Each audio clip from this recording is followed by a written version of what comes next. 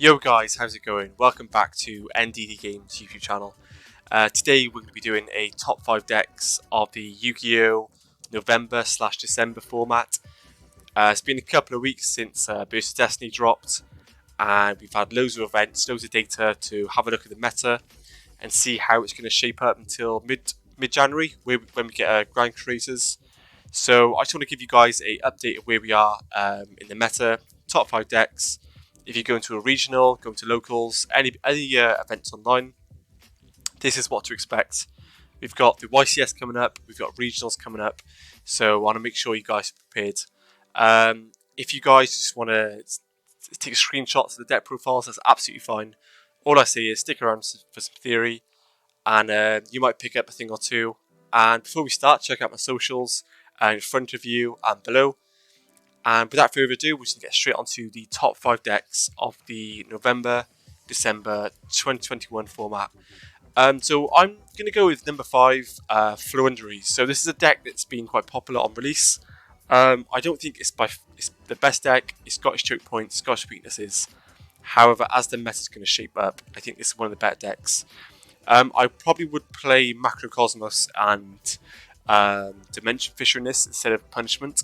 I think this is a really solid build, like a template for you guys if you want to take it away, practice, learn with it. You could also play Prosperity in here, but I think the aim of the game, the engine is so small and so compact, you have all this space for flex cards.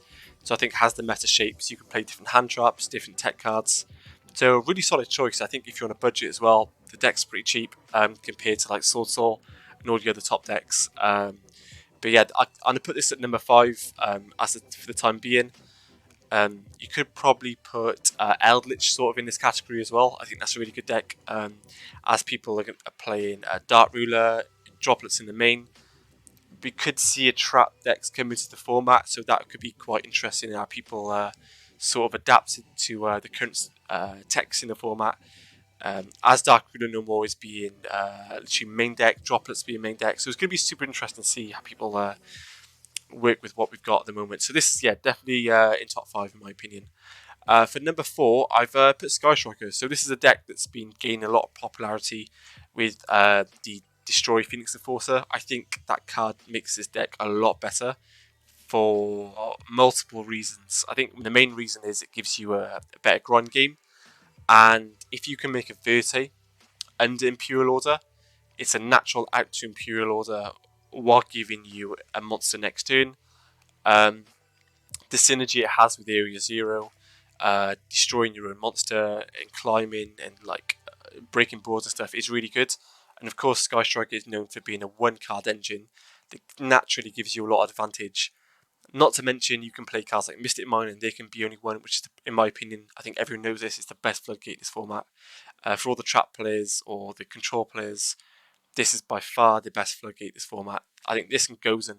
Gozen only good against like some of the top 5 decks or some of the top 10 decks, but I think they can be just like up here right now. It's like in terms of where there's like rivalry and Gozen. We saw loads of rivalry last format, which is like as formats develop, these floodgates will be teched in. But yeah, I think as Sky Striker has quite a small engine, you can tech in those hand traps and stuff as well. So you can always play like different sort of hand traps in Striker. I prefer to play like Troll, but now we have like Seek. You can play Nibiru and not have to worry about the token and stuff. So it is a cool deck. I think it has its perks, has its like cons where Imperial Order is getting main decked throughout, and it is a Saki card that you just see it against Striker. Even if you go second, you always keep it in deck because if you draw it, chances are they don't have an out and you can just win the game from there. But like I said, DPE gives you an option to potentially break an Imperial Order lock. So it is quite a cool deck, and it can certainly grind as well and play all these impactful tech cards. So that's number 4, Put Striker. It's had some success across regionals. It's been really prevalent, like OCS championships and regionals over the last 2 weeks. So definitely is a contender for like the top 5 decks at the moment for the format. For number 3, I'm going to put Sword Soul. Some people would like to see this as like number 1 or 2, but in my opinion, I think this deck is far from being the best deck at the moment yet.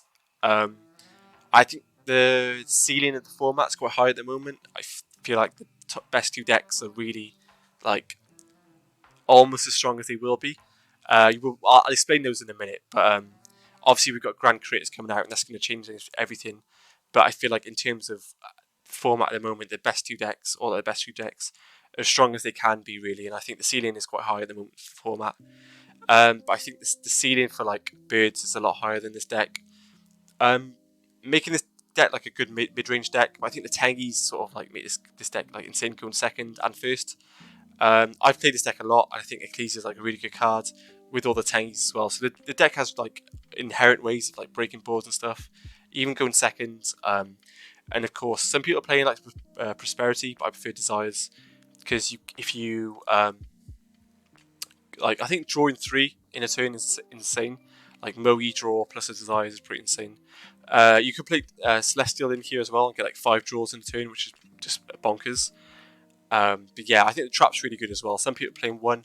I think if you're playing around the Burial or playing under draw, the trap can be like fantastic. Some people are cutting Vessel, but I think that you just want to see as many Tangies as possible because they break boards, they give you a level 8 Synchro without normal summoning, and they give you an inherent Grand Game because Adara is actually pretty solid in the Grand Game. And then obviously Protoss, probably the most unfair card in the deck. I'm going to do a deck sort of a ban list discussion video. Whether this card is a target or not, I don't know yet. But I feel like this card is potentially unfair in this deck. Being searchable, having 3 monsters of different attributes in the grave is not an issue whatsoever with the Tangies and Soul Engine. So this card could be a target in the future. I don't think it's worth getting banned yet, but certainly in the next like 8 to 10 months, it could potentially be a target. Side deck, I'm not going to talk too much about the side deck. I think everyone knows like what to expect in the meta right now, but that changes like on what event you go to, whether it's a YCS regional, locals. Extra deck, same. Like I'm not going to talk too much about it. I think it's quite standard. So yeah, I think this deck is far from being the best deck at the moment, but with the ban list, with some results, people could flock to it. I think number 3 is fine for it at the moment. It is a fantastic deck. I've played it a lot myself, but I don't think it's the best deck. But certainly number 3. Number 2, I think Phantom Knights is like one of the most represented decks at the moment, with it being fairly cheap, and Scythe Lock is pretty good. Scythe Lock is insane. You can play Scythe Lock in a lot of decks, but I think Phantom Knights is one of the strategies where you actually can search for it with Dagda. It's like a plan B, or it's your highest ceiling where you make like IP. IP is not actually in this list, but you can make like an IP with an Appaloosa, with a DPE, like a Fogblade or 2 with Scythe Lock, and that's just a lot. Some people are not playing the E-Telly, some people are not playing Tour Guide. I think this deck is like probably not the best deck to play, but I think this is just like a template, an example of what you could be playing right now. Again, those are board breaker cards. This deck can OTK. And yeah, I think it's like when I go to regionals in the UK, I see this deck everywhere. It's all on the top tables. A lot of top players are playing it. And I think that says a lot about the deck. Like a lot of people were unsure to start the format. But as it's developed, we've seen a lot of people playing this deck. And I think the ceiling's really high. DPE is insane in the deck, and Cyclops are pretty good strategy, to be fair. So yeah, I think expect to see this deck a lot over the next 6 months. But I only want to cover it up until January in the discussion. But expect to see this deck a lot. I think it'll stay within top 3 decks for a long time, depending on any sort of unforeseen hits. But yeah, Phantom Knight's going to be around, so prepare for it definitely. And in my opinion, the best deck of the format is Tri-Brigade Lurlusk. It has the highest ceiling. It's good going first, good going second. Having like direct outs to like Dark Ruler droplets with Oath is pretty nuts. And the birds are actually insane. The birds are nuts. Like, they're so good. They extend. They can make Zeus like really easily. I think the extra deck speaks for itself really. You could play Access Code in here, but as you can flood your grave so easily, a Charade is like fine to like non-target banish a card, and then you can put so much pressure on your opponent. this is the only deck that I can see that abuses like Draco Future, Zeus, the Tri Brigade engine, or like extra deck slots are like really busted, like Downward as well. You can play Downward in like Phantom Knights, but I think having like Draco Future, Zeus in an extra deck is always going to be pretty strong. Plus the Tri Brigade cards are pretty good. Samorg's obviously a really good card as well. Every end phase giving you a summon. Is there an Apex Eevee? There's no Apex Eevee in this list. Wow, I just realised that. There should be an Apex... People don't get cuss me in the comments, but there should be an Apex Eevee in this list. That 100% over the win barrier. But Prosperity as well. Some people are taking it in. I think Droplets has to be played in it. I think it's too impactful not to play. There's certain like lines you can play with Droplets to like summon, send, play around certain cards, and then just keep playing. Same with Dark Ruler, you can just negate the board and wipe it. Yeah, I can't believe there's no Apex Eevee in this list. Wow, what was I thinking?